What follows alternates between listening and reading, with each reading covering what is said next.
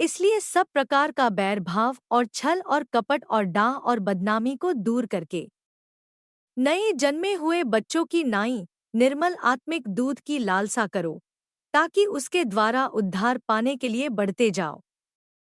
यदि तुमने प्रभु की कृपा का स्वाद चख लिया है, उसके पास आकर, जिसे मनुष्यों ने तो निकम्मा ठहराया, परंतु परमेश्वर के निकट चुना हुआ और बहुमूल्य जीवता पत्थर है।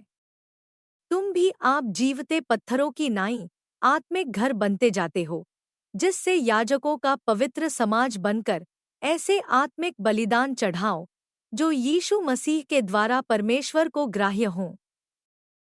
इस कारण पवित्र शास्त्र में भी आया है कि देखो, मैं सियोन में कोने के सिरे का चुना हुआ और बहुमूल्य पत्थर धरता हूँ, और जो कोई उस पर विश्वास करेगा वह किसी रीति से लज्जित नहीं होगा।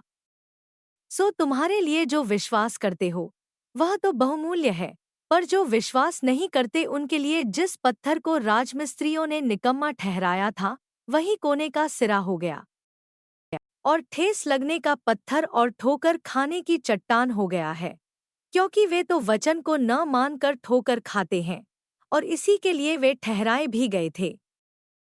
पर तुम एक चुना हुआ वंश और राजपद्धारी याजकों का समाज और पवित्र लोग और परमेश्वर की निज प्रजा हो, इसलिए कि जिसने तुम्हें अंधकार में से अपनी अद्भुत ज्योति में बुलाया है, उसके गुण प्रकट करो। तुम पहले तो कुछ भी नहीं थे, पर अब परमेश्वर ही प्रजा हो।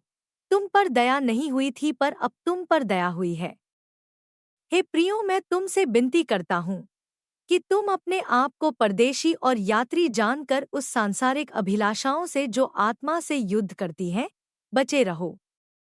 अन्य जातियों में तुम्हारा चालचलन भला हो, इसलिए कि जिन जिन बातों में वे तुम्हें कुकर्मी जानकर बदनाम करते हैं, वे तुम्हारे भले कामों को देखकर उन्हीं के कारण कृपा दृष्टि के दिन परमेश्वर की महिमा करें।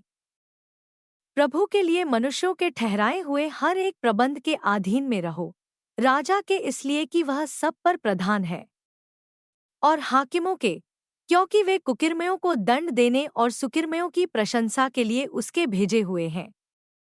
क्योंकि परमेश्वर की इच्छा यह है कि तुम भले काम करने से निर्बुद्धि लोगों की अज्ञानता की बातों को बंद कर दो, और अपने आप को स्वतंत्र जानो, पर अपनी इस स्वतंत्रता को बुराई के लिए आड़ न बनाओ, परंतु अपने आप को परमेश्वर के दास समझ कर चलो। सबका आदर करो, भाइयों से प्रेम रखो, परमेश्वर से डरो, राजा का सम्मान करो। हे सेवकों, हर प्रकार के भय के साथ अपने स्वामियों के अधीन रहो, न केवल भलों और नम्रों के, पर कुटिलों के भी।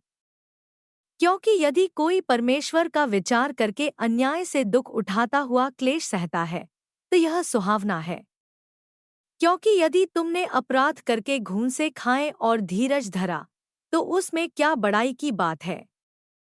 पर यदि भला काम करके दुख उठाते हो और धीरज धरते हो, तो यह परमेश्वर को भाता है। और तुम इसी के लिए बुलाए भी गए हो, क्योंकि मसीह भी तुम्हारे लिए दुख उठाकर तुम्हें एक आदर्श दे गया है कि तुम भी उसके चिन्ह पर चलो। न तो उसने पाप किया और न उसके मुंह से छल की कोई बात निकली। वह गाली सुनकर गाली नहीं देता था और दुख उठाकर किसी को भी धमकी नहीं देता था, पर अपने आप को सच्चे न्यायी के हाथ में सौंपता था। वह आप ही हमारे पापों को अपनी देह पर लिए हुए क्रूस पर चढ़ गया, जिससे हम पापों के लिए मर कर के धार्मिकता के लिए जीवन बिताएं। उसी के मार खाने से तुम चंगे हुए, क्योंकि तुम पहले भटकी हुई भेड़ों की नाई थे, पर अब अपने प्राणों के रखवाले और अध्यक्ष के पास फिर आ गए हो।